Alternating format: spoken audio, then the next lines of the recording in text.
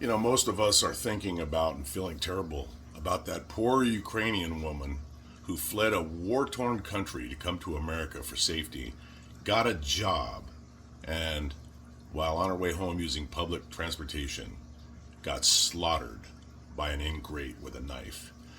But the thing that struck me about that god awful video and the loss of her life was the what ifs and the what ifs, the things that I thought as I watched that video of the suspect sitting there and her coming on the bus or the tram, whatever it was, and sitting in front of him and him deciding to just take her life.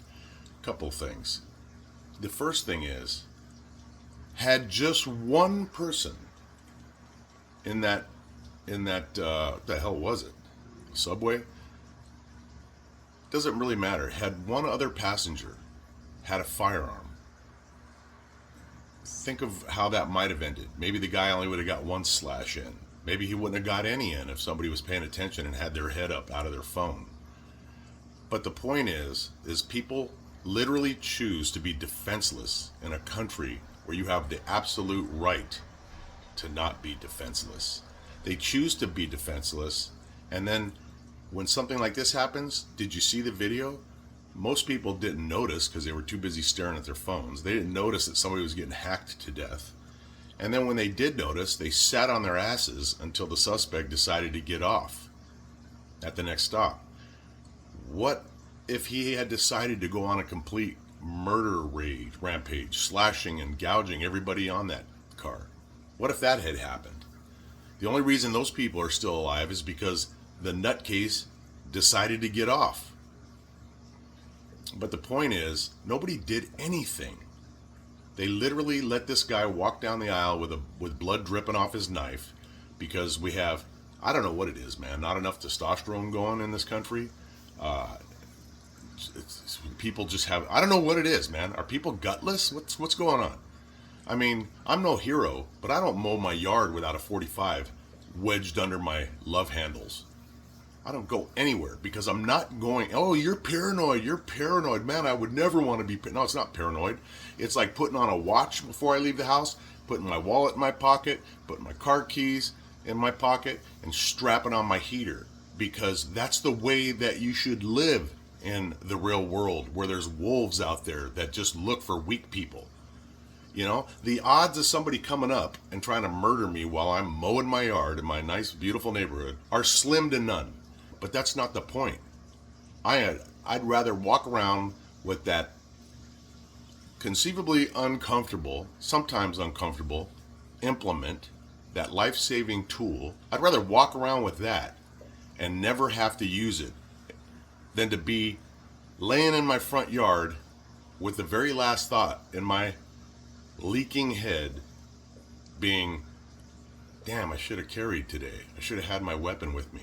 A weapon in the house does nobody any good. Weapon in the safe does nobody any good.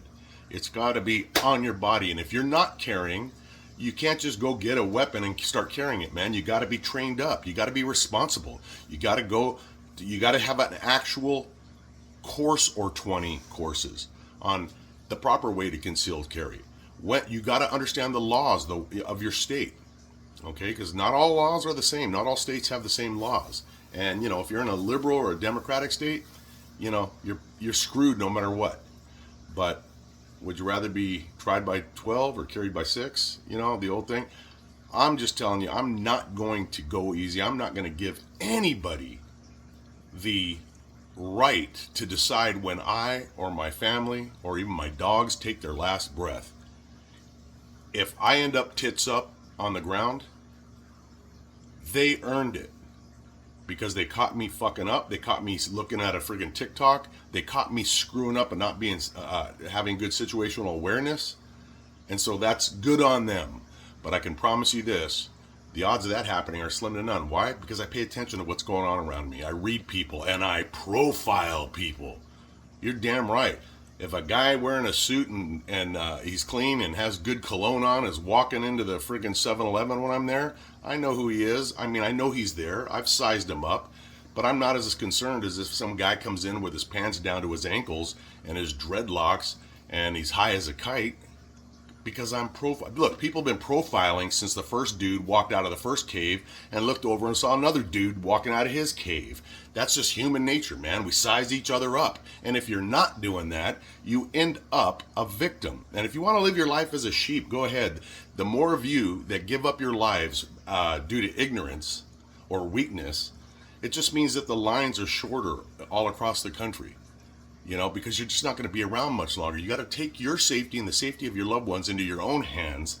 And for the love of God, if you have a legal right to carry, get trained up, get very good at it. Put thousands and thousands of rounds down range at a shooting range with an instructor. Learn what to do, learn when to do it, and make it part of who you are. This is 2025, man. There's some crazy people out there, some violent people, and it's all been propagated mainly by the media. And if you really want to go down that hole, it's been propagated by people like Obama and people that just drive that wedge of division in. But none of that matters, because I don't give a shit what makes you want to kill me. I just want to make sure that you don't get the opportunity to. So, anyways, heart goes out to the loved ones of that poor girl. And those of you that were on that vehicle, that bus, that tram, that subway, whatever the hell it was, I would hope that you're going to give some serious thought to what you might have done to have saved that woman's life. Because if you don't give a shit about other people, then there's a little thing called karma. Nobody's going to come to your aid. Nobody's going to come to your aid, and you're going to be wondering, where's all the help? Well, they're sitting over there hoping that bad guy doesn't notice them because they're unarmed sheep.